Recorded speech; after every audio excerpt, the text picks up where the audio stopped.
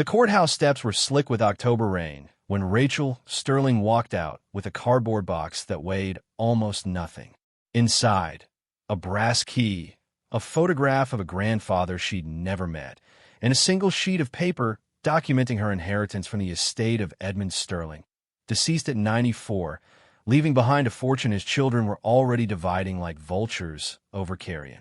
Her inheritance wasn't part of that fortune. Rachel stood under the overhang, watching her aunts and uncles climb into luxury sedans parked in the reserved spaces. Nobody looked back. Nobody had spoken to her during the reading except through their lawyers, and even that had been minimal. The granddaughter receives the desk as specified. Nothing more. The desk. Her grandfather's old writing desk from his study. The thing he'd worked at for 60 years, scarred with coffee rings and ink stains, worth maybe $300 in estate sale. Her cousins had laughed when the attorney announced it. Aunt Patricia had actually snorted, turning to whisper something to Uncle James that made him smile behind his hand. Rachel's mother had died when she was 6. Her father, Edmund's only son from his first marriage, had followed 3 years later. Since then, she'd been raised by her maternal grandmother in a small apartment in Queens, seeing the Sterling family only at obligatory holidays where they made it clear she was charity, not kin. Edmund had been kind during those visits, but distant. A man who existed in boardrooms and country clubs, not in the messy reality of a scholarship kid working 3 jobs to afford community college. Now he was gone, and the empire he'd built, Sterling Investments, worth an estimated $800 million, would be divided among his second wife's children. The biological grandchildren who'd grown up in mansions, attended private schools, inherited the confidence that came from never wondering if you'd eat that week. Rachel got a desk. She loaded the box into her 15-year-old Honda, rain soaking through her jacket because the zipper had broken last month and replacing it wasn't in the budget. The drive back to Queens took an hour through traffic that crawled like the city was punishing her for wasting time on false hope. Her grandmother was waiting, tea already brewed, the small apartment warm against the October chill. Margaret Chen had raised Rachel with the fierce competence of someone who'd survived worse than poverty, but even she looked worn lately.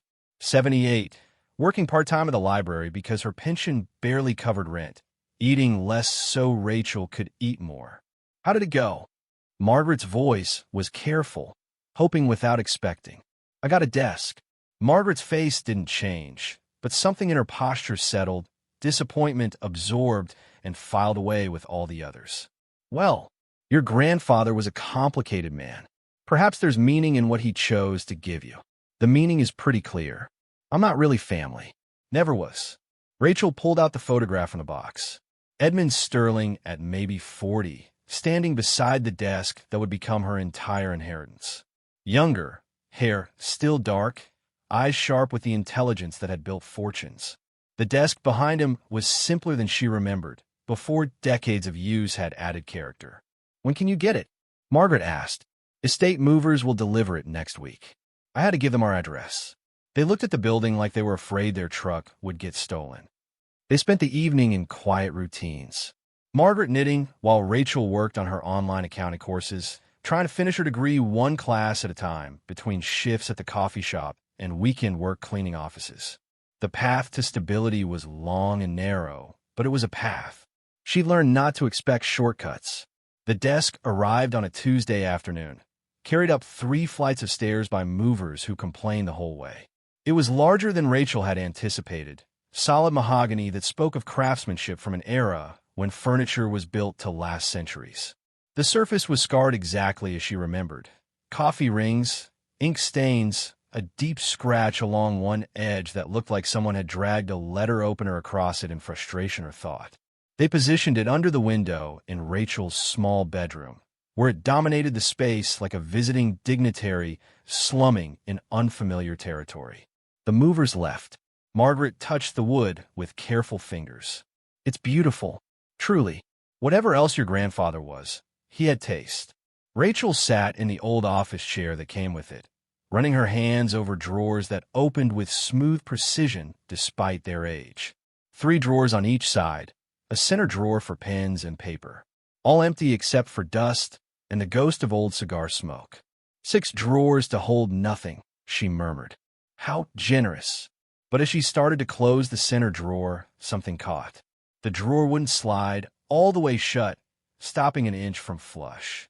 She pulled it out completely, examining the interior. The back panel seemed too short, leaving a gap between the drawer's end and the desk's back wall. Margaret leaned closer. That's odd. Quality piece like this shouldn't have construction flaws. Rachel pressed on the back panel. It shifted slightly, moving independent of the drawer itself. Not a flaw, a design. She pushed harder, and the panel pivoted on hidden hinges, revealing a shallow compartment behind it. Inside lay a leather journal, pages yellowed with age, and a letter addressed in Edmund's careful handwriting. For Rachel Sterling. Open alone. Her hands trembled as she pulled them out. The journal was heavy, leather cover worn soft from handling. Margaret stepped back without being asked, understanding written in her expression. I'll make more tea. Alone in her room with rain starting to fall outside, Rachel opened the letter. My dear Rachel, if you're reading this, then I've passed, and my vultures have already descended on everything I built. I imagine they gave you the desk, and nothing more, exactly as I instructed. I imagine they laughed. Let them. You're wondering why an old man would leave his only grandchild from his beloved son such a meager inheritance. The answer is simple. I didn't. The desk was my father's. He bought it in 1891 with money from his first real estate sale. He used it to build a small fortune, lost most of it in the Depression, rebuilt it with stubbornness and spite. He gave it to me when I was your age, told me it held luck, but only for those who worked hard enough to find it. I found it. Now it's your turn. Inside this desk, and I mean truly inside, not just the drawers but the structure itself, is everything I couldn't give you publicly. Evidence of where I really put my wealth, how I really felt about family, and what I truly believed you deserved. Your father was my first son, my best son. I failed him by prioritizing work over presence, money over time. When he died, I failed you by letting my second wife convince me that supporting you would upset her children, create resentment in my new family. I chose comfort over courage. I'm sorry for that. Sorrier than words can express. But I'm also not a man who leaves things to chance. You have intelligence. I saw it every time we spoke, the way you understood numbers, patterns, human nature. You have your grandmother's strength. You have your father's integrity. What you don't have is what you've earned. Everything I built that actually matters. Find it, Rachel. Prove you're Sterling in the ways that count. The journal contains clues. The desk contains answers. Together, they'll lead you to something my other grandchildren couldn't handle. They want money without understanding what it costs, power without accepting responsibility. You've lived without both. Maybe that's prepared you for having them. I love you. I'm proud of you. I'm sorry I never said either while I could. Grandfather. Rachel read it 3 times, tears blurring the words by the end. Margaret found her sitting on the floor, letter clutched in shaking hands, journal unopened beside her. Rachel, he left me something, not just the desk, something hidden. She showed Margaret the letter. Her grandmother read it slowly, lips moving slightly with the words, expression shifting from skepticism to wonder to carefully contained hope. Hidden where? Inside the desk. He said the journal has clues. They stayed up until 3 in the morning, examining the desk inch by inch. The wood was solid, no obvious compartments beyond the false back panel they'd already found. They tapped for hollow spaces, measured interior versus exterior dimensions, searched for buttons or catches. Nothing. Rachel opened the journal as dawn light began filtering through her window. The first entry was dated 1962, the year Edmund Sterling had founded his investment firm. Father gave me the desk today. Said brought him luck. I told him I'd make my own luck. He smiled like he knew something I didn't. Said the desk would teach me the difference between making luck and recognizing it when it's handed to you. Pages and pages followed. Business deals documented with the precision of someone who knew he was building something that would outlast him. But interspersed were other entries, more personal. Today I saw my son David with his daughter. She's 3, all dark eyes and curiosity. She asked me what I do. I said I make money. She asked why. I didn't have an answer that would make sense to her. And later, David died today. Car accident. Random, meaningless. All this money, and I couldn't save him. Rachel is 9 now. Margaret is raising her on a librarian's pension. I should help. Patricia says it would upset the children, create inheritance complications. I'm agreeing because it's easier. I'm a coward. The entries about Rachel continued through the years. Her school achievements, her father's death anniversary, observation from their brief holiday interactions. Edmund had been watching, documenting, caring from a distance he'd been too weak to close. But nothing in the journal screamed clue. No codes, no maps, no obvious directions to hidden wealth. Rachel went to work on 4 hours of sleep, poured coffee for people who complained it was too hot or too cold, smiled through customer rudeness with the automatic politeness of someone who needed tips to make rent. Between rushes, she pulled out her phone and searched Edmund Sterling desk antique hidden compartments. The search returned dozens of results about secret compartments in antique furniture, but nothing specific to her grandfather's piece.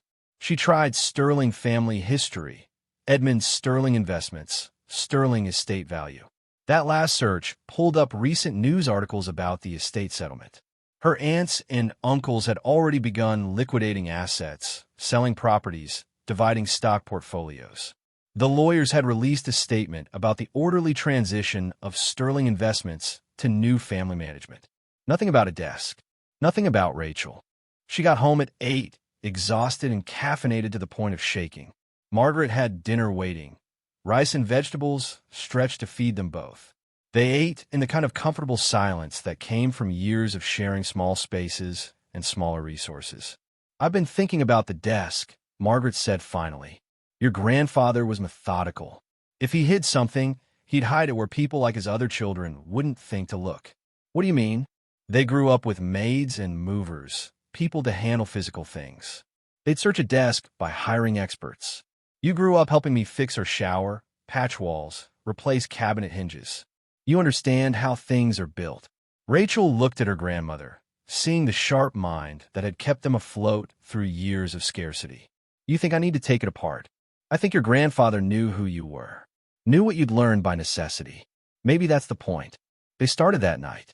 Rachel used her coffee shop paycheck to buy proper tools, screwdrivers, a small pry bar, would glue in case they needed to reassemble anything. Margaret researched antique desk construction while Rachel carefully removed the back panel. Behind it, more wood. Solid, unbroken mahogany.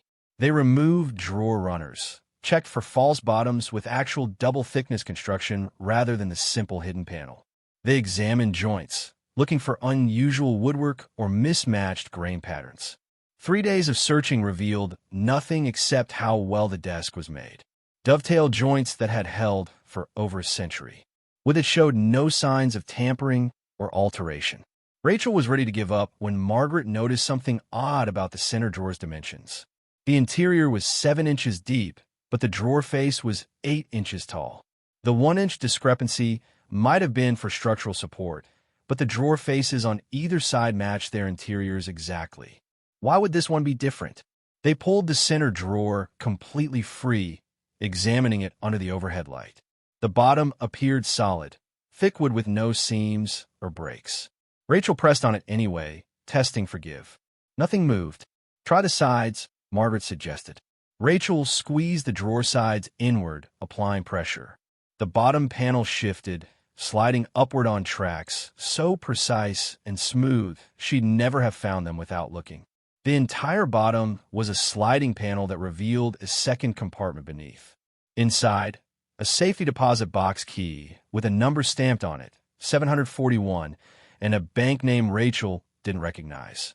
First Continental Bank of Newark. She picked up the key with shaking hands. This is it. This is what he meant. They spent that night researching First Continental.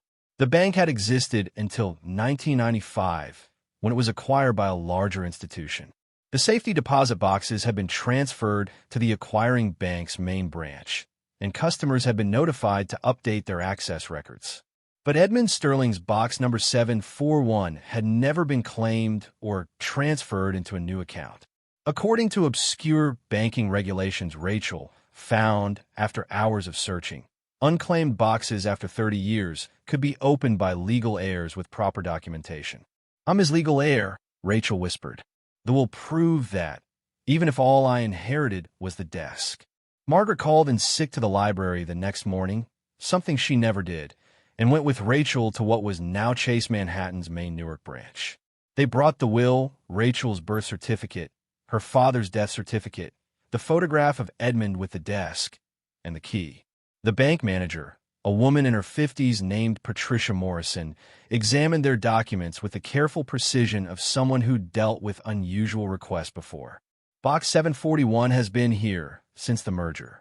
We sent notification letters in 1995, but never received a response. According to our records, it was originally rented to Edmund Sterling in 1962. Can I access it? Rachel's voice barely worked. With proper identification and proof of inheritance, yes. Though I should warn you that after 60 years, the contents may have deteriorated. We're not responsible for damage from time. They descended to the vault, a basement room that smelled like metal and dust and old money. Patricia led them to a wall of boxes, found 741, and inserted both her bank key and Rachel's inherited key. The box slid free. Medium-sized, maybe a foot long, and 8 inches deep. Heavy. Patricia left them alone in a small private room.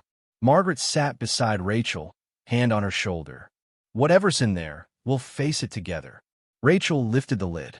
Inside, stacked in neat rows with the precision Edmund Sterling had brought to everything, were documents. Stock certificates, bearer bonds, real estate deeds, all dated from the 1960s through the early 1990s.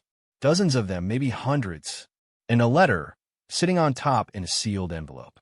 Rachel, if you found this, you've proven you have the intelligence and persistence I knew you possessed. The assets in this box represent my real wealth. The investments I made before I took my company public, before the marriage that brought me my second family, before I became the man everyone knew. I never reported these assets when I remarried. I kept them separate, hidden, waiting for you. The stocks alone, if they've appreciated as they should have, are worth approximately $40 million. The bearer bonds are worth their face value, $15 million. The real estate deeds are for properties in Manhattan and Brooklyn that I purchased in the 1970s when those neighborhoods were worthless. They're worth considerably more now. Everything is in your name as of 1995, transferred legally through documents filed with the SEC, but buried under shell corporations your aunts and uncles never knew to look for. You'll need a lawyer, a good one. I've left the name of my personal attorney in a separate envelope. He knows about this box. He's been waiting. This is what I wanted to give you all along. Not just money, but the proof that you mattered, that your father mattered, that I saw you, even when I failed to act on it.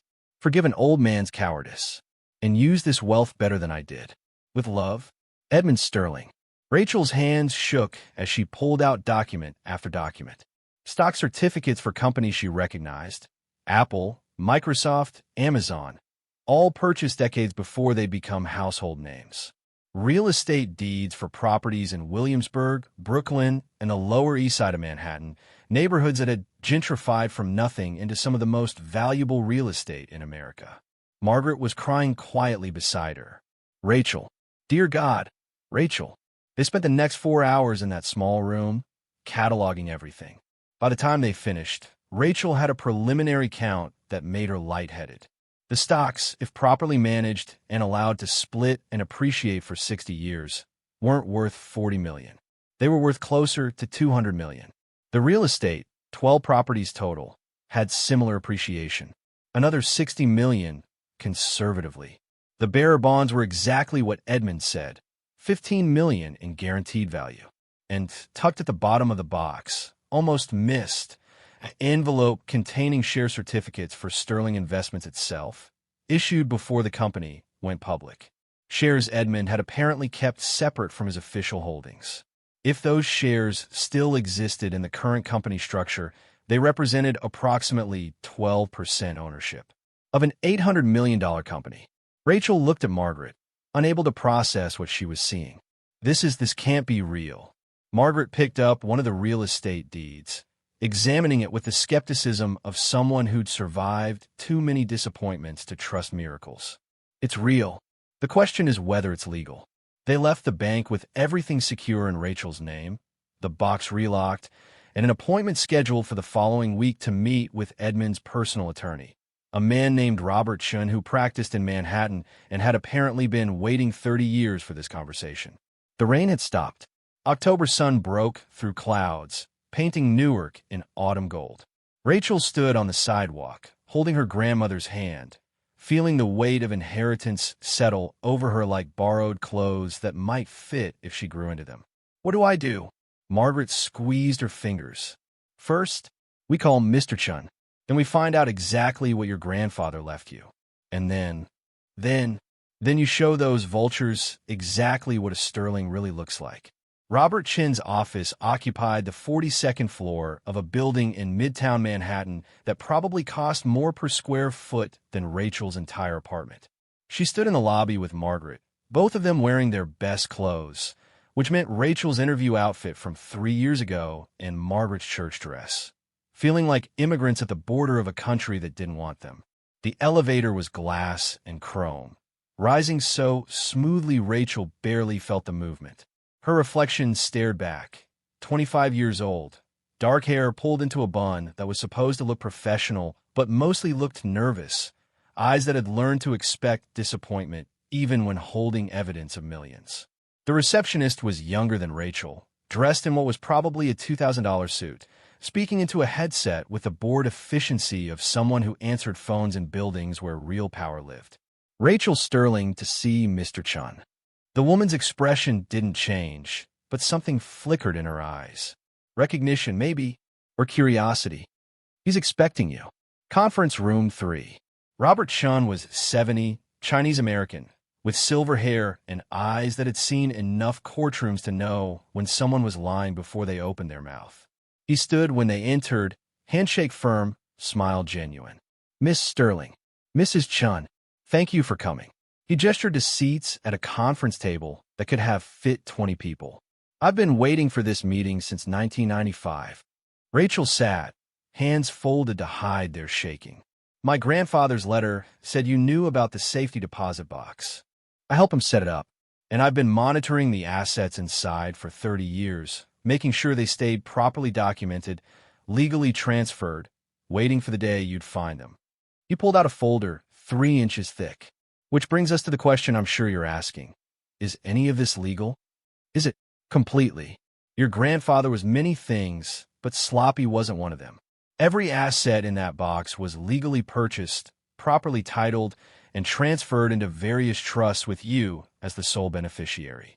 The trusts were established in 1995, right after your father died, using legitimate legal structures. They were disclosed to the IRS. Edmund paid all appropriate taxes. What he didn't do was tell his second wife or her children. Margaret leaned forward. How was that possible? Wouldn't they have seen the assets during estate planning? The assets weren't part of Edmund's personal estate. They were held in irrevocable trusts that became active upon his death. He had no access to them for the last 30 years. Legally, they weren't his to distribute. They were already Rachel's. Rachel felt the room tilt slightly. So my aunts and uncles have no claim whatsoever.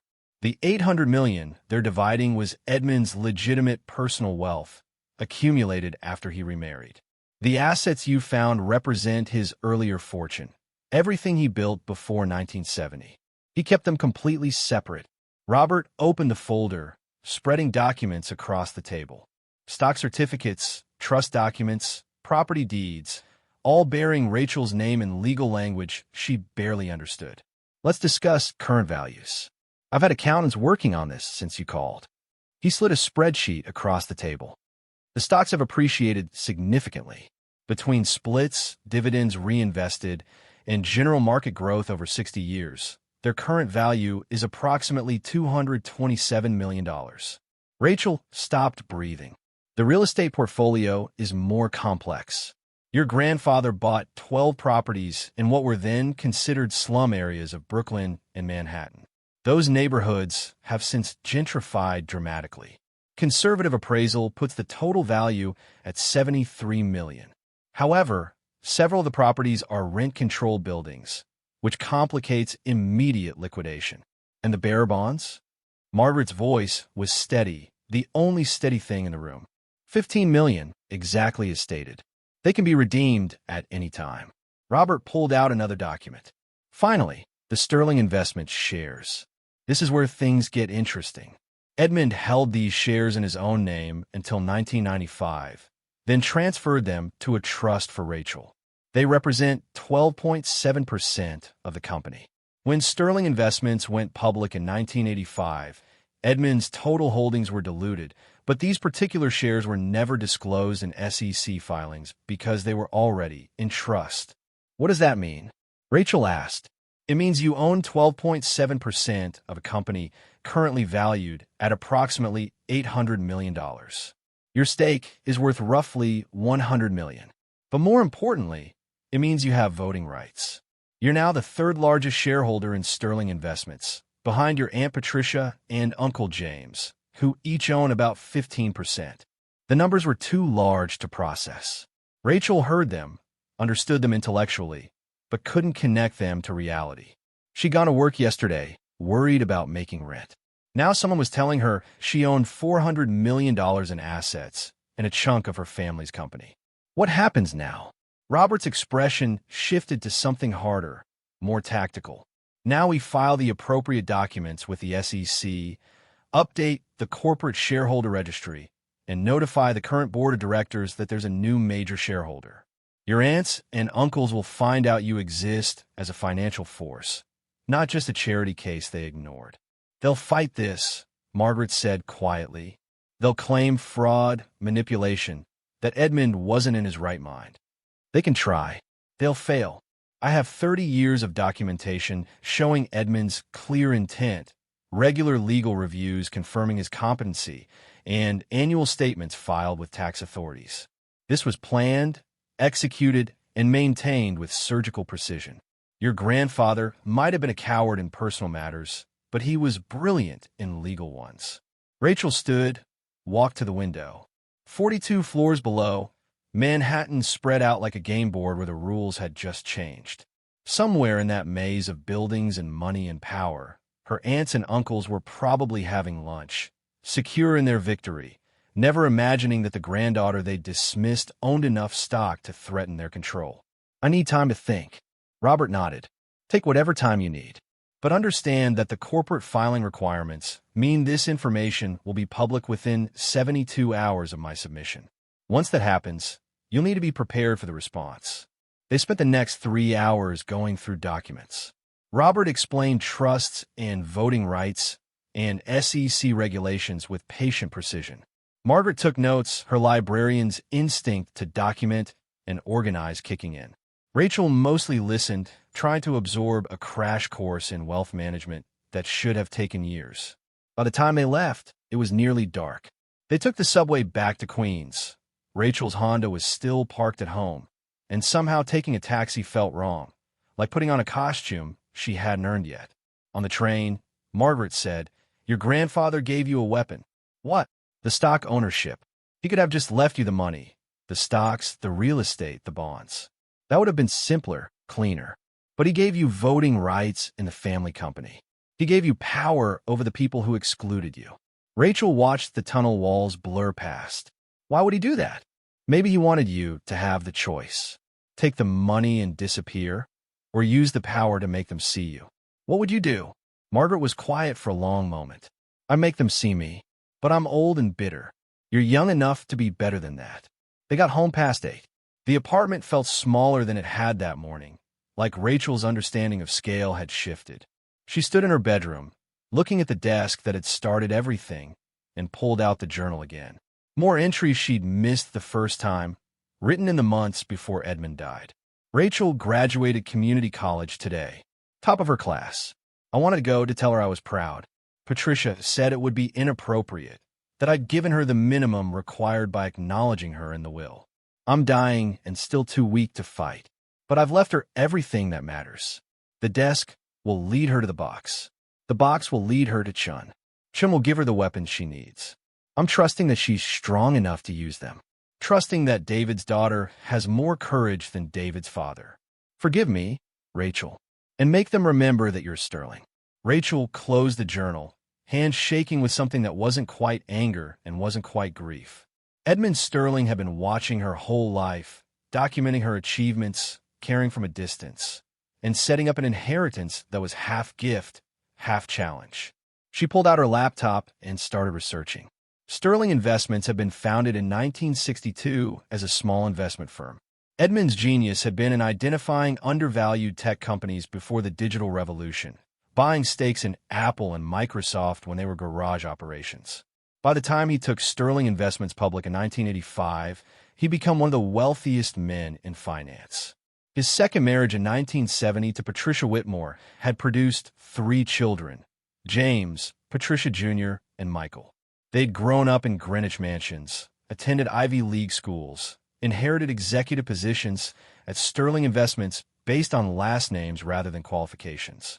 Current news articles painted them as competent but unremarkable.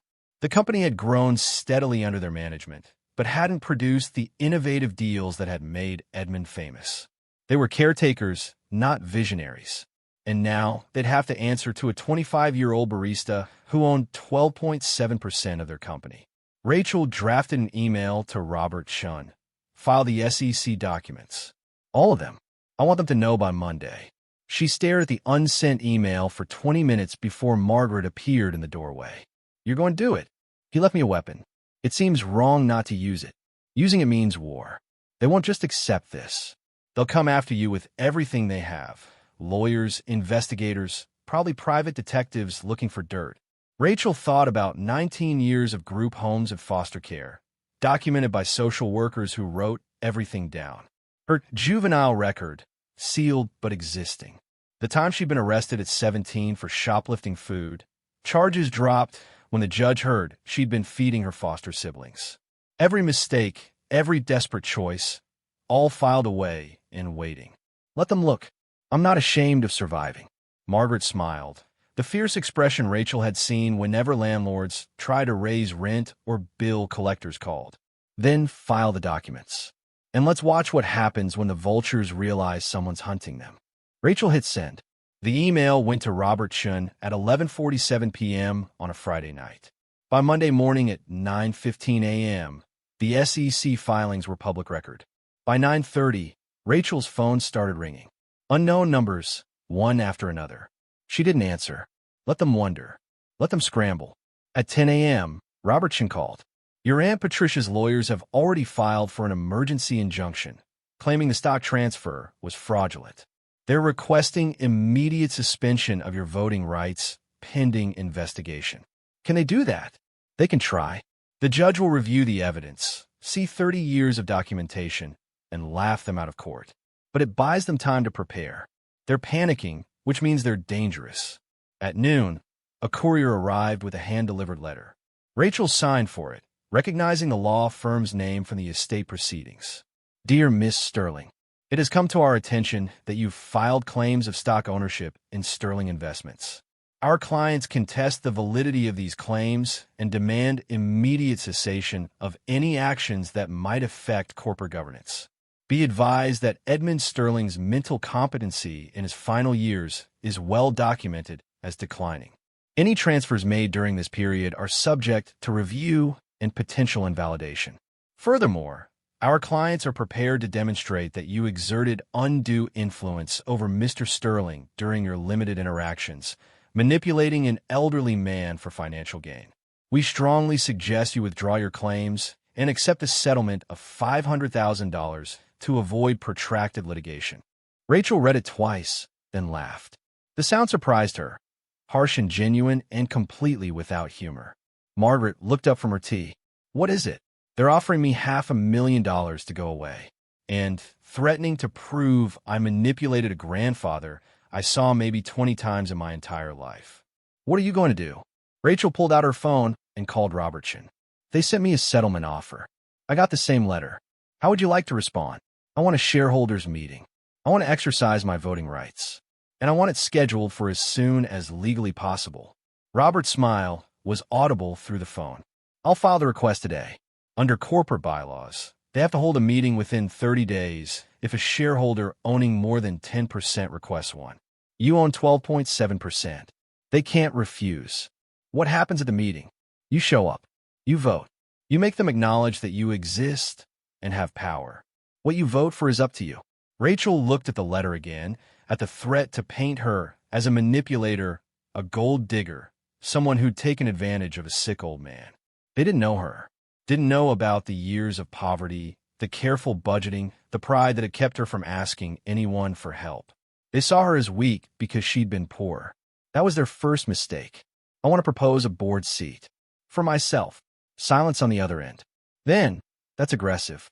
You'd be demanding a seat at the table based purely on stock ownership, with no business experience. My grandfather built this company from nothing.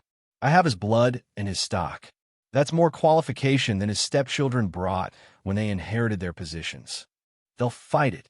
Publicly, viciously. Good. Let them. I'm tired of being invisible. The shareholders' meeting was scheduled for November 15th, 3 weeks away. Rachel used the time to prepare, reading everything she could find about Sterling investments, corporate governance, and the legal rights of minority shareholders. Robert connected her with a team of advisors, accountants, investment managers, PR specialists, all billing hours at rates that would have made Rachel sick a month ago. Now they came out of the trust Edmund had established, money that existed specifically to support her entry into this world. The PR specialist, a woman named Jennifer Hawk, who'd managed crisis communications for Fortune 500 companies, laid out the battlefield with clinical precision. Your aunts and uncles will paint you as an opportunist. Poor relation who manipulated a dying man. They'll leak your background to friendly journalists, foster care, struggling college student, working service jobs. They'll make it sound pathetic. It is pathetic, Rachel said quietly. No, it's sympathetic. We flipped the narrative. You're not an opportunist. You're a granddaughter who was excluded from family wealth and is finally claiming what your grandfather intended. You're not inexperienced. You're bringing fresh perspective to a company that stagnated under current management. Every weakness they point to, we make a strength. Jennifer pulled up financial data. Sterling Investments has underperformed the market for the last 5 years. The current board has made conservative, unimaginative decisions. Your grandfather built his fortune by taking smart risks. That's the story. You're trying to return the company to its founding vision. Rachel spent evenings researching Sterling Investments' recent deals, finding patterns of missed opportunities and safe choices that protected positions but didn't create growth. She built a presentation for the shareholders' meeting, 30 slides documenting how the company had lost its edge. Margaret watched her work, bringing tea and occasionally asking questions that helped clarify thinking. You're becoming someone different. Is that bad? I don't know yet. The Rachel who worked at the coffee shop was kind, humble, grateful for small things. This Rachel is harder. This Rachel has to be. They won't respect kindness. Be careful you don't lose yourself in becoming what you need to be to fight them. The warning sat heavy. Rachel thought about Edmund's journal, about a man who'd chosen money and comfort over family, who'd spent his final years regretting cowardice. She didn't want to become that. But she also didn't want to disappear quietly, accepting dismissal as her permanent state. 2 days before the meeting, Patricia Sterling called. Not through lawyers, but directly, Rachel's phone ringing with a number she didn't recognize. Rachel, this is your Aunt Patricia. I think we should talk. The voice was cultivated, expensive sounding, the accent of someone who'd learned to speak like money. Rachel put it on speaker so Margaret could hear. About what? This unfortunate situation. I understand you have some documentation suggesting stock ownership, but surely you realize this is all a terrible misunderstanding. Father was quite ill in his final years. Whatever he told you, whatever promises he made, they weren't legally binding. The SEC seems to think they're binding. A pause. Rachel could almost hear recalculation happening, lawyers whispering in the background. You have to understand, this is very disruptive. The company is in a delicate position. Your claims are causing instability. My claims are public record, filed by Edmund's personal attorney, maintained for 30 years. If that causes instability, maybe the company's foundation isn't as solid as you thought. Rachel. Patricia's voice shifted, trying warmth like a costume. We're family. This doesn't have to be adversarial. We can find a solution that works for everyone. Perhaps a buyout of your shares at a premium, plus a trust fund that ensures your financial security. You could have everything you need without the stress of corporate involvement. How much? I'm authorized to offer $20 million. Cash. More than generous for someone with no experience in finance. $20 million. A month ago, it would have been incomprehensible wealth. Now it sounded like what it was, a bribe to disappear, to let them continue controlling everything without interference. My shares are worth $100 million. You're offering 20. We're offering certainty. Take the litigation away, the uncertainty. 20 million that's yours immediately versus years of legal battles that might leave you with nothing, or might leave me with everything I'm owed. Patricia's warmth evaporated. You're making a mistake. You have no idea how complicated this world is, how many ways you can be destroyed by people who know what they're doing. We're giving you a chance to walk away with more money than you've ever imagined. Be smart enough to take it. I'll see you at the shareholders' meeting. Rachel hung up. Her hands were shaking, but her voice had been steady. That was something. Margaret was smiling. 20 million.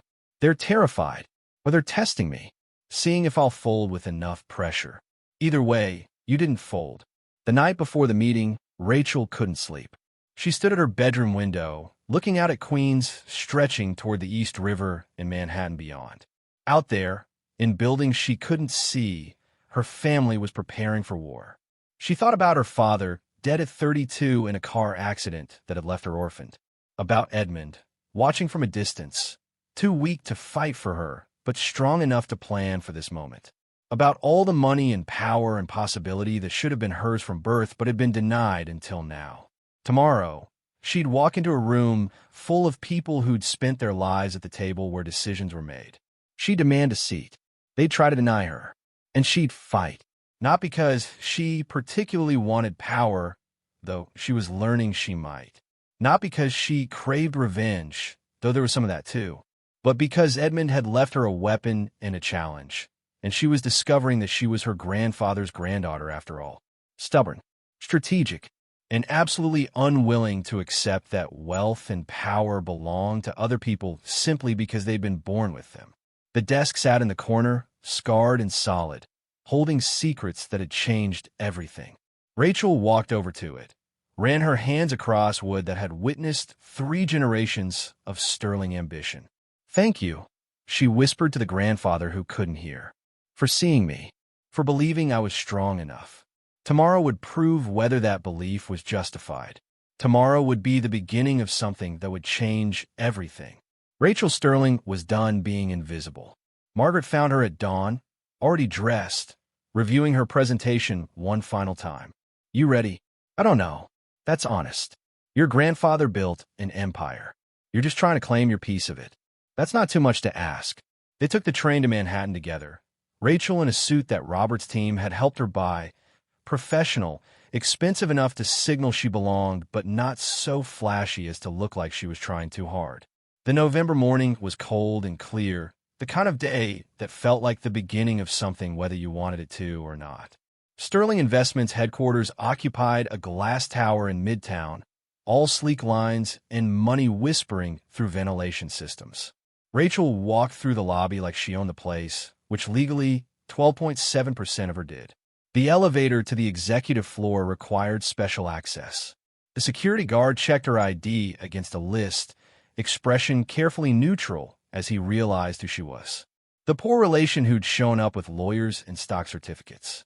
By now, everyone in the building probably knew. The boardroom was designed to intimidate. 30 feet long, dominated by a table made from a single piece of polished walnut. Floor-to-ceiling windows showing Manhattan spread out like a kingdom. Portraits on the walls. Edmund Sterling prominent among them. Younger and fierce, the man who'd built all this. Her family was already there. Patricia, 62, blonde and surgically maintained, wearing Chanel and contempt. James, 58, with Edmund's jaw but none of his presence, looking annoyed at the inconvenience. Michael, 55, watching her with calculation that reminded Rachel of the grandfather she'd never really known. And others, board members, lawyers, executives. 20 people total, all staring at Rachel Sterling, the 25-year-old barista who'd walked in claiming ownership. Robert Chin sat beside her, calm and prepared. Jennifer Hawk had positioned a camera crew. The meeting was being live-streamed to other shareholders, another requirement Rachel had insisted on. Everything public, everything documented. Patricia called the meeting to order, voice dripping false courtesy. We're here to address claims made by Rachel Sterling regarding stock ownership in Sterling Investments. Before we begin formal proceedings, I'd like to offer Ms. Sterling one final opportunity to reconsider her position and accept our generous settlement offer. Rachel stood. Her voice came out steadier than she felt. I'm here to exercise my rights as a 12.7% shareholder. I'm not interested in settlements designed to make me disappear. Ms. Sterling, perhaps you don't understand the complexities of corporate governance. I understand that my grandfather spent 30 years ensuring I'd have exactly this opportunity. I understand that the stock I own is legitimate, legally transferred, and gives me both financial stake and voting rights. And I understand that you've spent the last 3 weeks trying to frighten me into giving it up. James leaned forward. Your grandfather was ill, confused. Whatever he told you about family and inheritance was the product of a declining mind. Rachel opened her folder, pulled out the journal.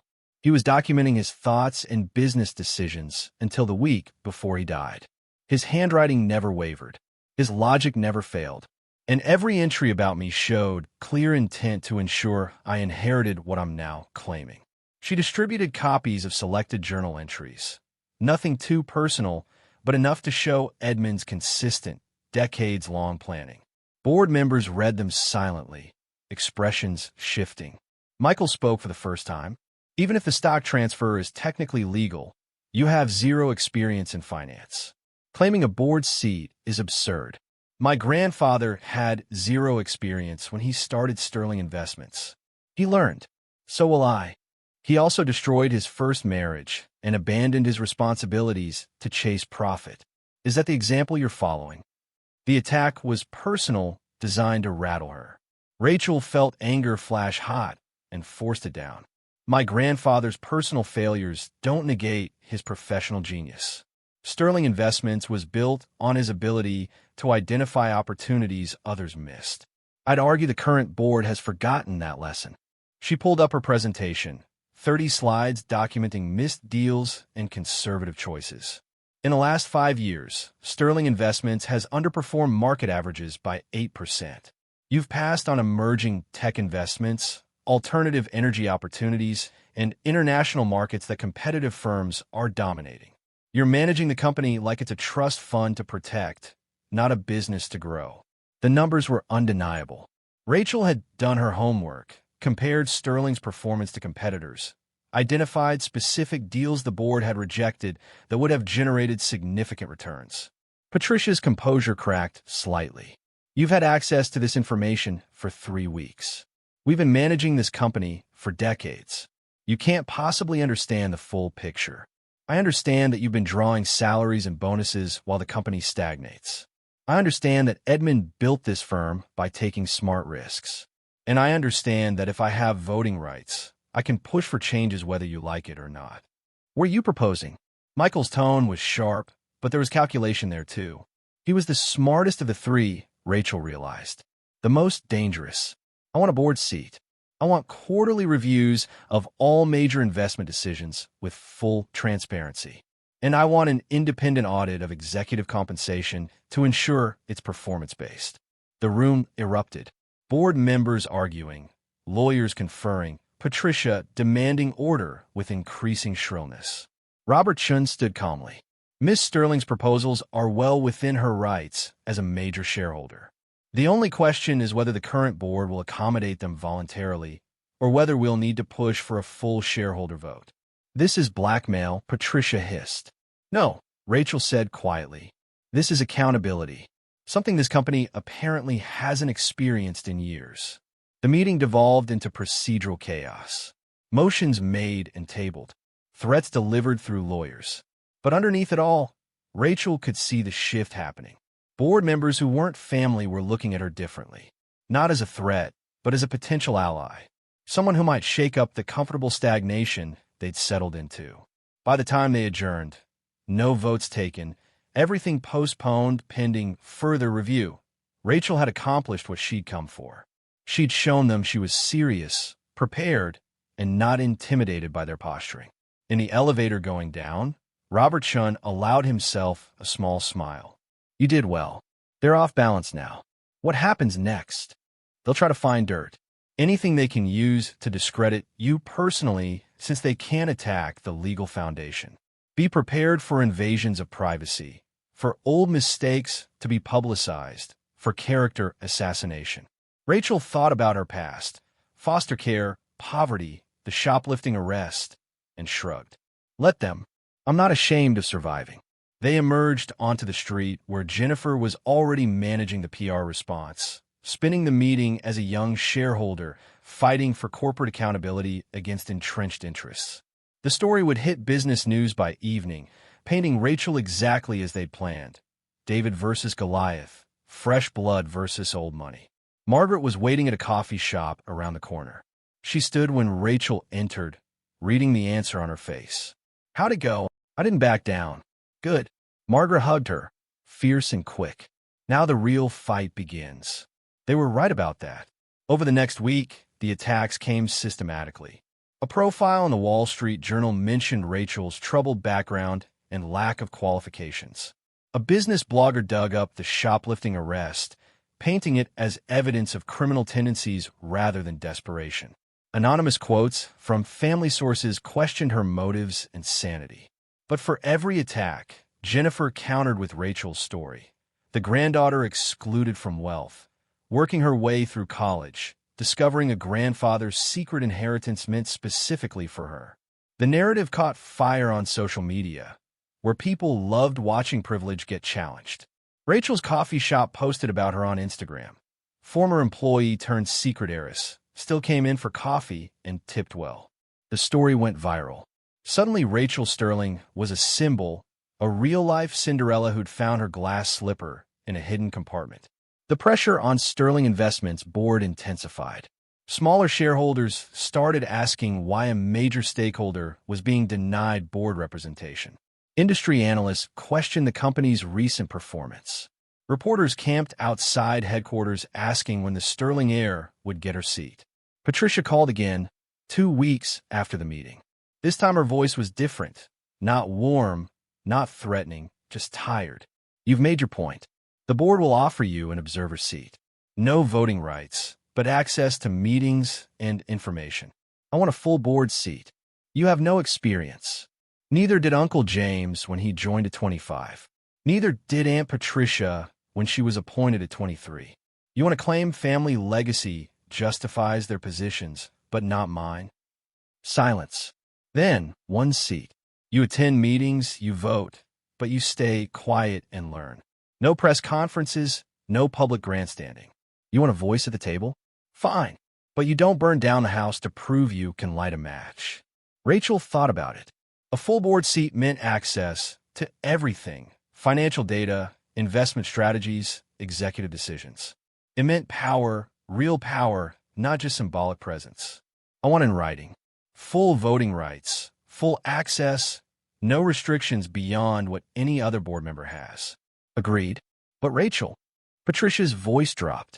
You have one chance. Embarrass us, fail to contribute meaningfully, prove you're not capable. We'll remove you and spend every dollar we have burying you in lawsuits. Understood. Understood. The formal appointment came through 3 days later. Rachel Sterling, board member of Sterling Investments. The youngest board member in company history. A woman who'd been serving coffee a month ago, now sitting at the table where billion-dollar decisions were made. The first board meeting she attended was in December, 2 weeks before Christmas. Rachel walked into that same intimidating boardroom, but this time she had a nameplate at the table. Rachel Sterling, right next to Edmund Sterling's old seat, which had remained empty since his death. The symbolism wasn't lost on anyone. They discussed quarterly earnings, investment strategies, executive compensation. Rachel mostly listened, learning the rhythm, understanding how decisions were made and power was wielded. But when they proposed approving a 20% bonus for senior executives despite underperforming earnings, she spoke up. How do we justify bonuses when we've missed targets 3 quarters in a row? James answered without looking at her. Executive retention is crucial. Competitive compensation ensures we keep top talent. What talent? The investment team that passed on 3 major deals that our competitors capitalized on. The strategic planning division that recommended we reduce our tech portfolio right before the sector exploded. Michael actually smiled. You've been doing homework. That's my job now, isn't it? I'm trying to understand why we're rewarding failure.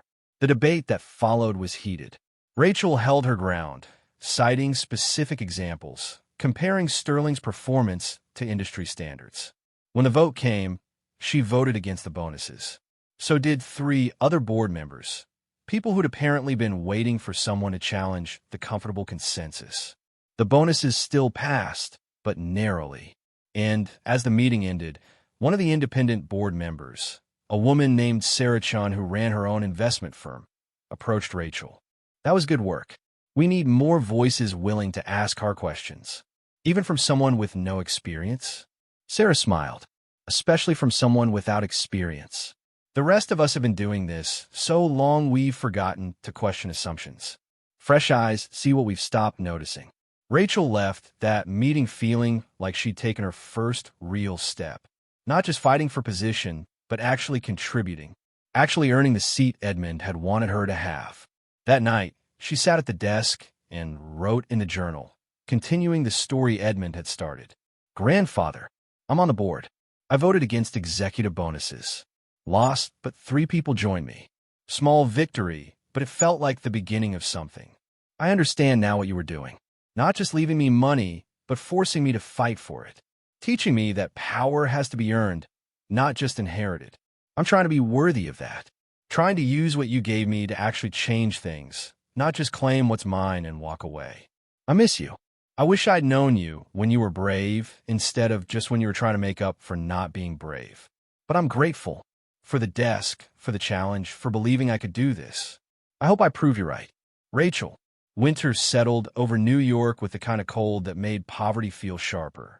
Rachel watched from the 42nd floor of Sterling Investments as snow began to fall, thinking about how a month ago she'd been scraping ice off her Honda's windshield with a credit card because she couldn't afford a proper scraper. Now she had a reserved parking spot in the building's heated garage. A company car service if she wanted it. An office, small, but hers, with her name on the door and a view of the city that had once felt impossibly distant. The transformation should have felt triumphant. Instead, it felt like wearing someone else's skin. You're doing it again. Margaret's voice came from the doorway. She'd started visiting the office during Rachel's lunch breaks, refusing to be intimidated by marble lobbies and security guards who'd learned to recognize Eleanor Chen's grandmother as someone who belonged. Doing what? Questioning whether you deserve to be here. Rachel turned from the window. Don't I? A month ago, I was barely making rent. Now I'm on the board of a billion-dollar company because I found a key in a desk drawer. You're on the board because your grandfather spent 30 years ensuring you'd have this opportunity. Because you were smart enough to find what he hid, brave enough to claim it, and competent enough to hold your ground when they tried to take it away. Margaret settled into one of the visitor chairs. Stop apologizing for succeeding. The phone rang. Rachel's assistant. She had an assistant now. A efficient woman named Diana who treated Rachel with professional courtesy while clearly wondering how long the 25-year-old would last, buzzed through. Ms. Sterling, you have a visitor. A Mr. Marcus Chun? He says he's family. Rachel and Margaret exchanged glances. Chun was Margaret's surname. Send him in. The man who entered was in his early 50s, dressed in an expensive suit that somehow looked wrong on him, like he'd bought quality but couldn't quite wear it with confidence. His face triggered recognition. Rachel had seen him in old photographs, younger but recognizable. Uncle Marcus? Margaret stood slowly, expression shifting through surprise to something harder. Marcus, it's been 20 years. He stopped just inside the door. hands fidgeting with a briefcase handle. "Hi, Mom." "Rachel." The words came out awkward, unpracticed. "I heard about the inheritance. Thought maybe we should talk." Rachel knew the story, or pieces of it. Marcus Chun was Margaret's son from her first marriage, Rachel's mother's half-brother. He'd left for California in his 20s, chasing tech money during the first dot-com boom. He'd made a fortune, lost it, disappeared into shame and distance. Margaret had tried to maintain contact, but Marcus had retreated from family the way people did when failure felt too heavy to carry back to those who'd known them before. "What do you want?" Margaret's voice was carefully neutral. Marcus set down his briefcase, pulled out a folder. "I've been following the news about Sterling Investments. Rachel's board seat, the fight with Edmund's other grandchildren. It got me thinking about our family, about money, about all the ways it destroys things." He slid the folder across Rachel's desk. Inside were documents she didn't immediately understand. Legal filings, corporate records, property deeds. "What am I looking at?" "Edmund Sterling's real estate portfolio. The 12 properties he left you in Brooklyn and Manhattan. I've been researching them since the news broke." Marcus's hands were still shaking slightly. 3 of them have something in common. They were purchased in 1973, all within a 6-month period, all in the same neighborhood. Williamsburg, back when it was worthless industrial wasteland. So Edmund bought them through a shell corporation called Heritage Development. But Heritage wasn't just Edmund. It had a partner, someone who provided half the capital and was supposed to receive half the profits when the properties eventually appreciated. Rachel felt something cold settle in her stomach. Who was the partner? Marcus met her eyes. "My father, Margaret's first husband, a man named David Chun." Margaret went very still. "That's impossible. David died broke. He left us nothing but debt. He died broke because Edmund Sterling bought him out in 1985 for $50,000. Told him the properties would never appreciate, that Williamsburg was permanently worthless, that David should take the cash and walk away while he could still get something." Marcus pulled out more documents, a buyout agreement signed by David Chun, dated 1985, transferring his half of Heritage Development to Edmund Sterling for $50,000. David took the money, died 2 years later of a heart attack, still working construction, still struggling. Meanwhile, Edmund held those properties for another 40 years. They're now worth approximately $20 million each. $60 million total, half of which should have been David's. The room was silent, except for traffic noise filtering up from 42 floors below. Rachel looked at Margaret, seeing something she'd never seen before. Her grandmother looked small, diminished, old in a way that had nothing to do with years and everything to do with betrayal. "Why are you telling us this?" Rachel's voice came out harder than she intended. "Because I've spent 20 years running from family, telling myself money was the only thing that mattered. I made millions, lost them chasing more millions, destroyed every relationship that meant anything. And now I see you, my niece, someone I should have been there for, sitting in an office built on money that was partially stolen from my father." Marcus's voice broke. "I'm telling you because you deserve to know the truth about Edmund Sterling, about the man who left you hundreds of millions while ensuring my father died with nothing." Margaret found her voice. "Get out, Mom. Get out of my family's office. You abandoned us 20 years ago. You don't get to show up now with accusations and claim you're motivated by honesty. These aren't accusations. They're documented facts. Edmund Sterling cheated his partner, lied about property values, and bought him out for pennies on the dollar. Your granddaughter is rich because my father was desperate enough to believe a lie." Rachel stood, placing herself between Marcus and Margaret. "You need to leave. Now." Marcus gathered his papers, but his eyes stayed on Rachel. "I'm not trying to hurt you. I'm trying to make sure you understand what you've inherited. Not just money, but history. Not just power, but responsibility for the ways that power was acquired." I said leave. He left. The door closed with expensive silence. Margaret sat down heavily, face pale, hands trembling in a way Rachel had never seen. "Grandmother, I knew David struggled. I didn't know." She trailed off, looking at Rachel with something like grief. Your grandfather built his fortune on other people's desperation. That's what Marcus is saying. That everything you've inherited came from people like David, people who trusted and were betrayed. Rachel sat beside her, taking her grandmother's hands. They were cold, despite the office's perfect climate control. We don't know if it's true. Marcus could be lying, try to manipulate us for some reason. He brought documentation. Documentation can be faked. But even as Rachel said it, she was thinking about Edmund's journal, about entries that praised shrewd deals and calculated risks, about a man who'd built an empire by being smarter, more ruthless, more willing to do what others wouldn't. Had one of those things he'd been willing to do involved cheating his own business partner? Rachel spent the next 3 days investigating. She brought the documents to Robert Chun, no relation to Marcus despite the shared surname, and asked him to verify their authenticity. Robert worked with the methodical precision she'd come to rely on. Background checks, handwriting analysis, verification of signatures and dates. We called her back. His voice was carefully neutral. The documents are legitimate. The buyout agreement is real, properly notarized and filed. David Chun did sell his stake in Heritage Development to Edmund Sterling in 1985 for $50,000. Is there any evidence Edmund lied about the property's value? Nothing definitive, but the timing is suspicious. Edmund bought out David Chun in 1985. In 1986, the city announced major development plans for Brooklyn waterfront neighborhoods, including Williamsburg. Property values started climbing almost immediately after David sold his stake. Could Edmund have known about the development plans before they were public? He sat on the City Planning Commission in the 1980s. He absolutely could have known. Rachel closed her eyes, feeling something fundamental shift. So Marcus was right. Edmund cheated his partner using insider information. Legally, it's complicated. The buyout agreement was legitimate. David signed it voluntarily. Whether Edmund had a moral obligation to disclose what he knew about future development. Robert paused. That's not a legal question. That's an ethical one. Rachel spent that night at the desk, reading through Edmund's journal with new eyes. She found the entry from 1985, written the week after David Chun signed away his stake. DC finally agreed to sell, told him the neighborhood was finished, that industrial zones would never recover. He believed me because he needed the money.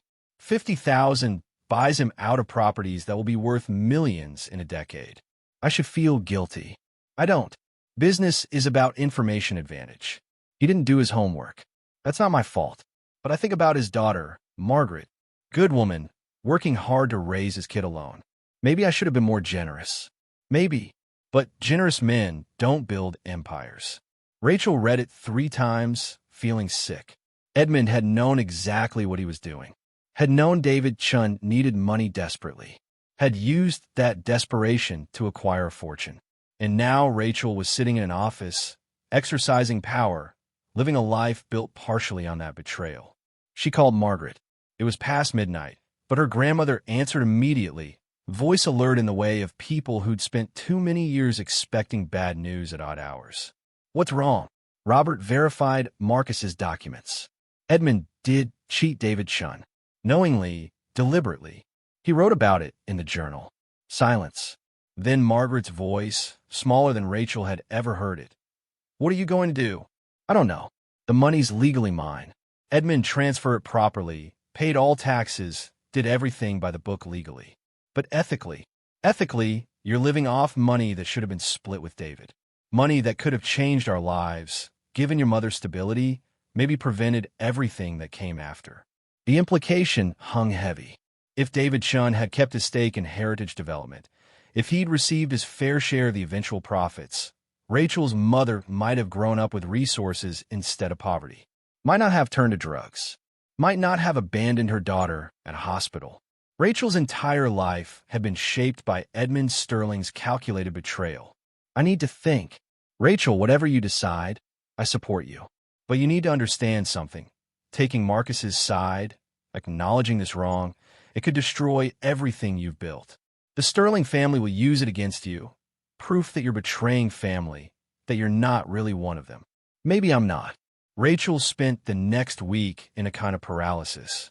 She attended board meetings, voted on investment strategies, performed her duties. But underneath, she was wrestling with questions that had no clean answers. She owned roughly $400 million in assets. If David Chun should have received half the real estate portfolio, that meant $30 million that ethically belonged to his heirs. To Marcus Chun, to Margaret, to Rachel herself, through her grandmother. The math was dizzying. She'd be paying herself restitution for wrongs committed against her own family. The absurdity of it would have been funny if it wasn't so tragic. Jennifer Hawk noticed the change. You've been quiet in meetings. The board's starting to wonder if you're losing confidence. I'm wondering if I have any right to be here. Jennifer studied her with sharp PR instincts that read subtext like headlines. What happened? Rachel told her. Everything. Marcus's visit, the documents, Edmund's journal entry. When she finished, Jennifer was quiet for a long time. This is bad. If it goes public, the narrative changes completely. You're not the excluded granddaughter fighting for her inheritance anymore. You're the heir to a fortune built on betrayal, profiting from a grandfather who cheated his own partner. I know. The Sterling family will use it to discredit you. They'll say you're morally compromised, that you don't deserve your position. They might even try to remove you from the board. I know, Rachel repeated. But it's still true. Edmund did cheat David Chun. I'm benefiting from it. What do I do with that? Jennifer leaned forward, expression serious. You have 3 options. 1. Hide it. Deny everything. Claim Marcus is lying, bury the documents. 2. Admit it and do nothing. Acknowledge the history, but say it's legally settled, not your responsibility. 3. Make restitution. Restitution how? Give Marcus Chun the $30 million his father should have received. Publicly acknowledge the wrong. Take responsibility even though you weren't involved. Use it to show you're different from Edmund, that you care about ethics over profit. That would destroy my relationship with the Sterling family. Probably. It would also make you a hero to everyone who's ever been cheated by powerful people. The PR value alone. Jennifer caught herself. Sorry, I'm thinking strategically. This isn't a PR opportunity. This is your family's history. Rachel looked at the desk where everything had started. Edmund had used it to build a fortune through intelligence and ruthlessness. Had left it to Rachel as both inheritance and test. What kind of person would she become with this power? The kind who protected what was hers regardless of how it was acquired? Or the kind who did what was right even when it cost her? She thought about her mother, Grace Sterling, who died of an overdose when Rachel was 6. Grace had grown up poor because David Chun died poor, had struggled with instability that might have been prevented if her father had received his fair share. How many lives have been shaped by Edmund's calculated betrayal? Rachel made her decision. She called a press conference for the following Monday. The Sterling family's lawyers immediately sent cease and desist letters, demanding she cancel it, threatening legal action for violating confidentiality agreements. Rachel ignored them. The conference room at Sterling Investments was packed. Business reporters, financial journalists, social media influencers who'd been following the Cinderella story. Rachel stood at the podium with Margaret on one side and Marcus Chun on the other. Patricia Sterling sat in the back row, face carved from ice. James beside her, looking furious. Michael watching with calculation, already planning damage control.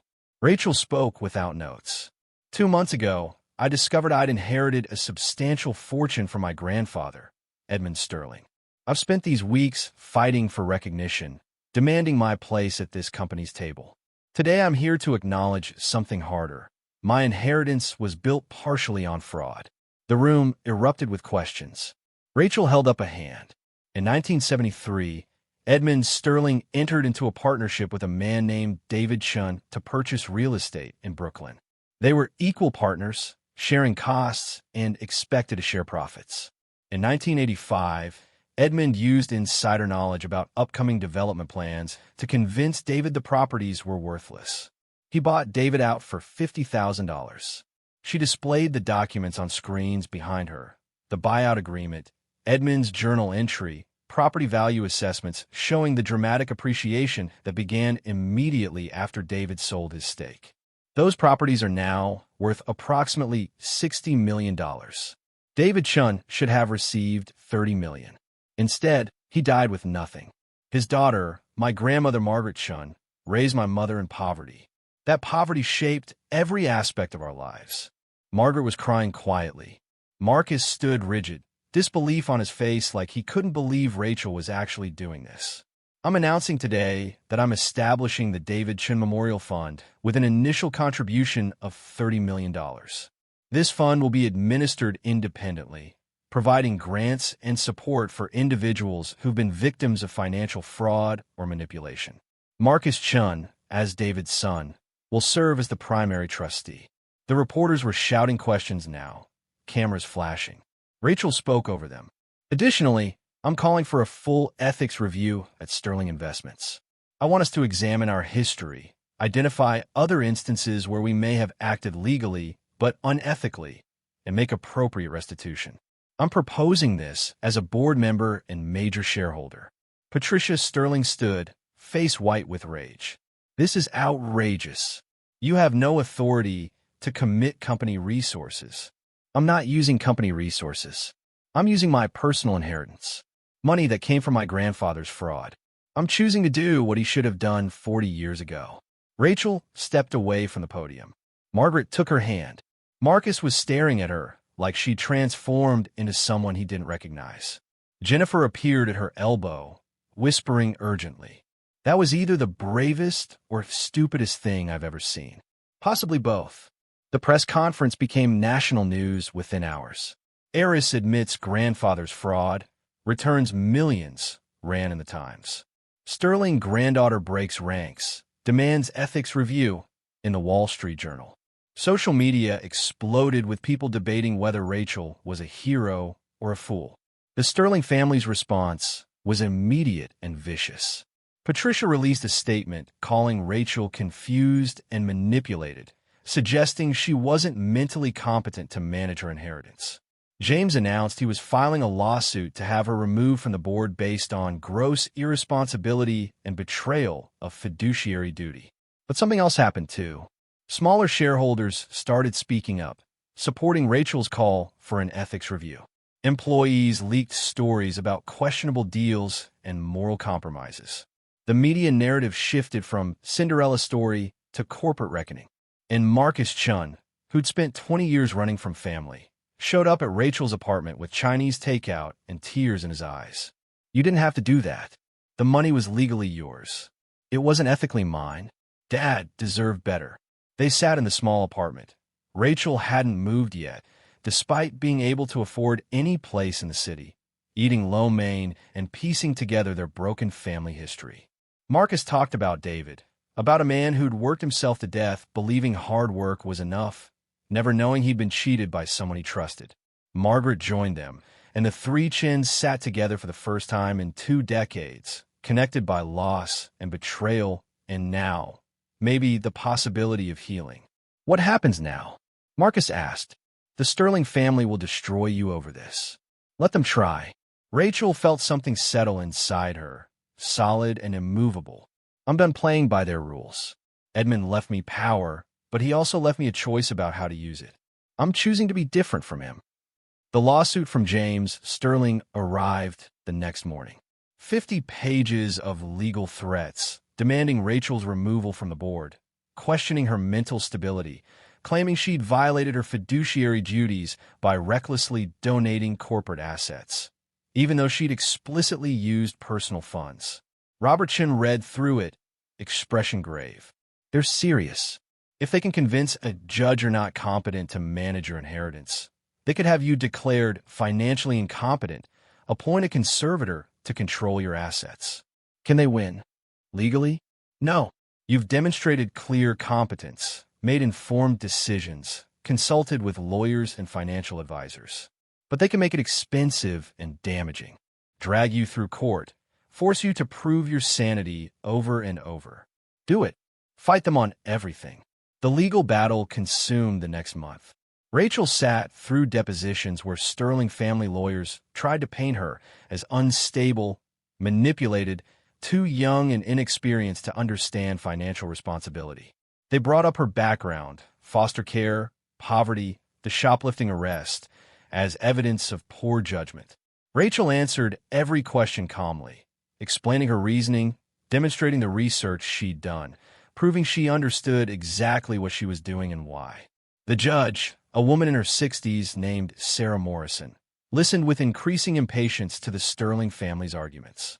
Finally, during closing arguments, she interrupted James, Sterling's lawyer.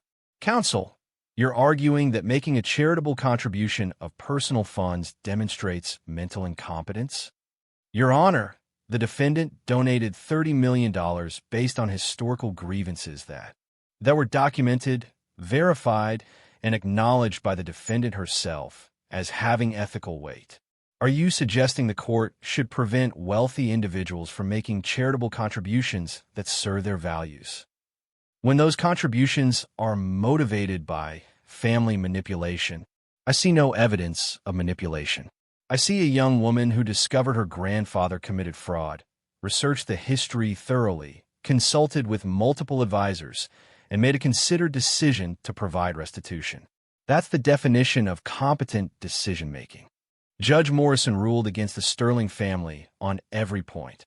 Rachel retained full control of her assets, her board seat, her voting rights.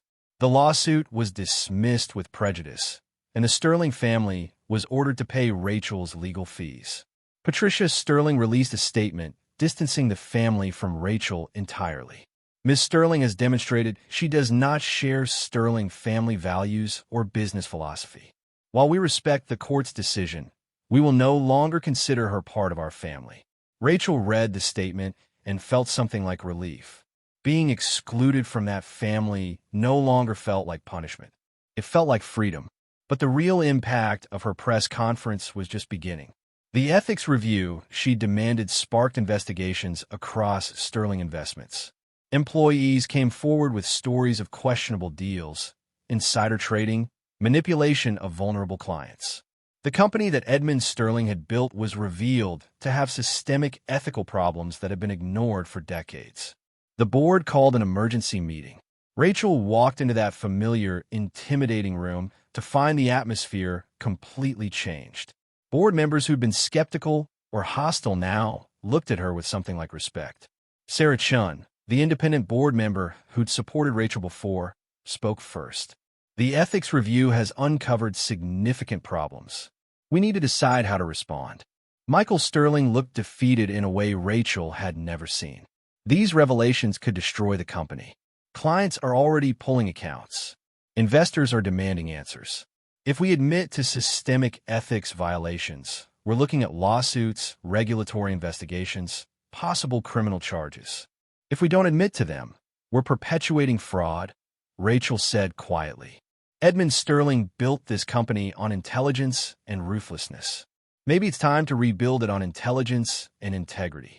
Patricia, diminished without her usual confident anger, met Rachel's eyes. "You realize what you're proposing? A complete restructuring. New leadership, new policies, probably significant financial losses." "I realize. I'm also proposing I resign from the board." The room went silent. Sarah Chun leaned forward. "Why?" "Because I'm 25 years old with minimal business experience. I claimed this seat to prove I belonged, to honor my grandfather's intention. I've done that. But the company needs actual leadership, people with expertise and vision. I can't provide that. Not yet."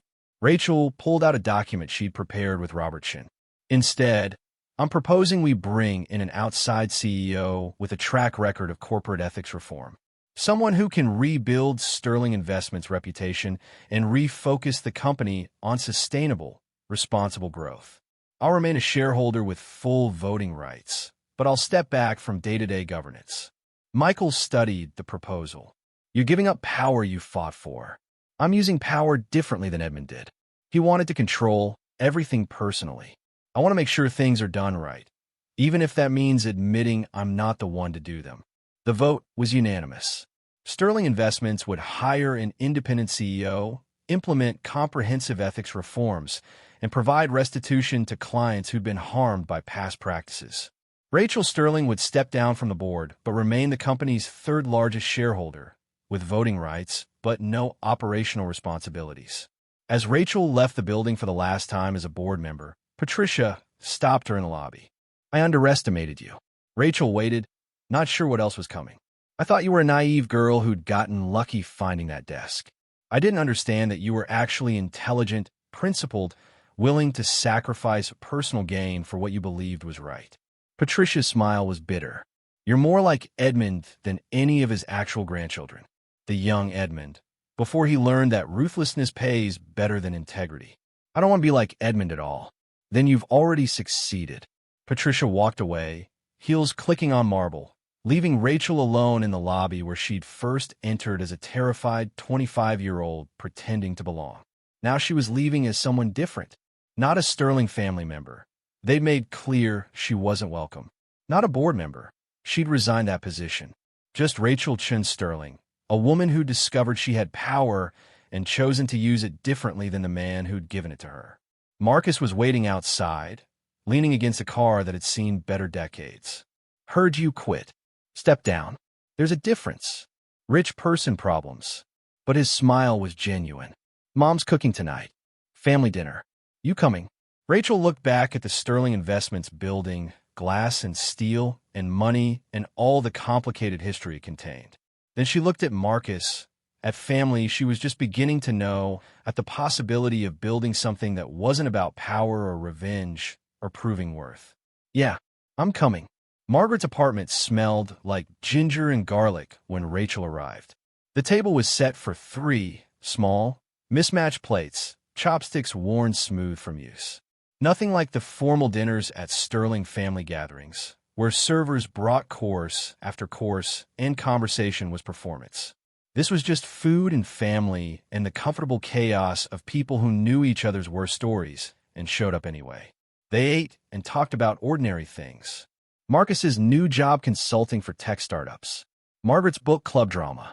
Rachel's plan to finally finish her college degree, properly this time, without working 3 jobs while studying. What will you study? Margaret asked. Ethics. Philosophy. Maybe law. I want to understand how to use power responsibly. How to build things without destroying people in the process. Marcus raised his beer. To building better. They drank, and Rachel felt something she hadn't expected. Contentment. Not happiness exactly. Too much was still broken. Too much couldn't be fixed. But satisfaction with choosing difficulty over ease, integrity over profit, family over the cold comfort of wealth. The desk sat in Rachel's bedroom, still holding space in an apartment she could now afford to leave, but hadn't yet. She'd grown up in poverty, learned to be suspicious of good things because they usually came with costs hidden in fine print. But Edmund's inheritance had turned out to be exactly what his letter promised. Not just money, but a test. A chance to discover what kind of person she'd become with power. She discovered she was the kind who gave away $30 million to right a grandfather's wrong. Who resigned from a board seat she'd fought for because she wasn't the best person to hold it. Who chose family over empire. Edmund Sterling had been brilliant and ruthless and ultimately alone, surrounded by people who wanted his money but not him. He died knowing he'd failed the people who should have mattered most. Rachel was determined to be different. She had wealth now, yes, but she also had Margaret cooking family dinners. Had Marcus showing up with awkward sincerity. Had chosen connection over control. The journal entry she wrote that night was the last one. Grandfather, I resigned from a board today. I know you wanted me to have power, to claim my place, to prove I was a Sterling worthy of the name. But I realized I don't want to be a Sterling. I want to be Rachel Chen. Your granddaughter, yes, but also Margaret's granddaughter, David Chen's descendant, someone who learned survival before she learned finance. The money you left me is changing my life. I'm going back to school, setting up the restitution fund, maybe eventually starting something new, building a different kind of company based on different principles. But I'm doing it as myself, not as your heir. I'm grateful for what you gave me. The desk, the challenge, the proof that I could survive in rooms where money talks and people listen. You were right that I was strong enough. What you didn't understand is that strength isn't just about holding power. It's about knowing when to let go. Thank you for believing in me. I hope wherever you are, you understand why I couldn't be the heir you imagined. I had to be something different, something better. Rachel. She closed the journal and put it in the desk's hidden compartment, next to Edmund's letters and the key that had started everything. Someday, maybe, she'd have children who'd find them, who'd read this history and understand the choices that shaped their family. For now, she had school to plan, a fund to establish, and a life to build that wasn't defined by what she'd inherited, but by what she chose to do with it. The desk had held Edmund's secrets. Now it held Rachel's promise, to use what he'd given her to create something he'd never managed. Wealth that served more than itself, power that didn't require crushing others, family built on more than just names and money. Outside her window, New York stretched toward the horizon. Somewhere in that vast city were people making fortunes and losing them, people fighting for survival the way Rachel had, people discovering that money solved some problems and created others. Rachel Sterling had learned that lesson faster than most. She'd gone from poverty to wealth in the time it took to find a hidden key, had discovered that inheritance came with weight, that her grandfather's gifts were both blessing and burden. But she'd also discovered that she had choices. That power didn't have to corrupt. That being a Sterling didn't mean she had to repeat Edmund's mistakes.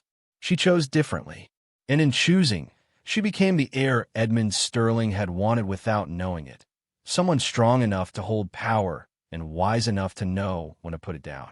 The desk sat in the corner of her room, solid and scarred and full of stories. Rachel touched the wood one more time, feeling connection across generations. Edmund to his father, to him, to her. All of them flawed, all of them trying. She was trying too. Maybe that was enough. Maybe that was everything. Spring came to New York with the kind of gentle warmth that made the city feel almost forgiving. Rachel stood outside Columbia University's main library, acceptance letter in her hand, trying to reconcile the girl who'd served coffee 6 months ago with a woman enrolling in graduate ethics programs. The David Chin Memorial Fund had distributed its first grants the week before.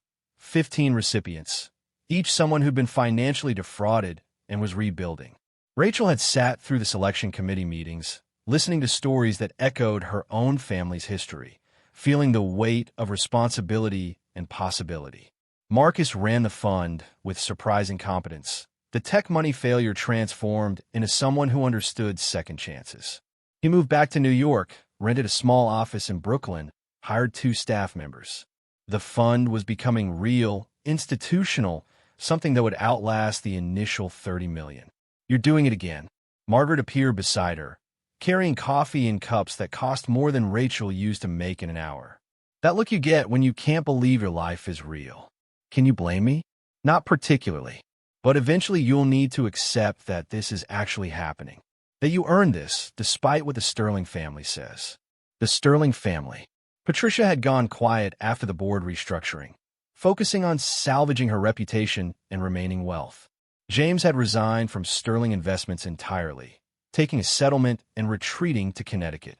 Michael alone remained, working with the new CEO to rebuild the company's ethical foundation with what seemed like genuine commitment. He'd sent Rachel a letter the week before. Short, precise, surprisingly honest. You were right about the company, about ethics matching. I spent my whole life thinking Edmund's ruthlessness was strength. Watching you give away millions to do the right thing taught me something different. Thank you for that, even though I fought you every step. Rachel had read it 3 times, surprised to discover she didn't hate Michael Sterling, didn't even particularly dislike him. He was just another person trying to figure out how to live with inherited complications. Are you nervous? Margaret asked as they walked toward the registrar's office. About school. Terrified. I'm going to be in classes with people who've been studying philosophy and ethics their whole lives. I barely finished community college. You negotiated with corporate lawyers, survived a public ethics scandal, and voluntarily gave away a fortune to correct your grandfather's fraud. I think you'll manage a few seminars. The graduate program in ethics and social justice had accepted Rachel not despite her unconventional background, but because of it. The admissions committee's letter had been unusually personal. We need students who understand ethical questions aren't just theoretical. Your experience demonstrates exactly the kind of practical wisdom we hope to develop. Rachel registered for classes, collected her student ID, The photo made her look younger than 25, nervous in ways she hadn't been facing down board members, and walked through campus feeling like an imposter who'd been given the wrong costume. But she felt like an imposter at Sterling Investments too, and she'd survived that.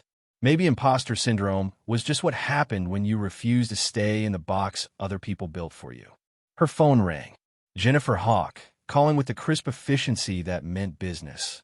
Have you seen the Times? I've been registering for classes. What happened? Profile piece on corporate whistleblowers. You're featured prominently.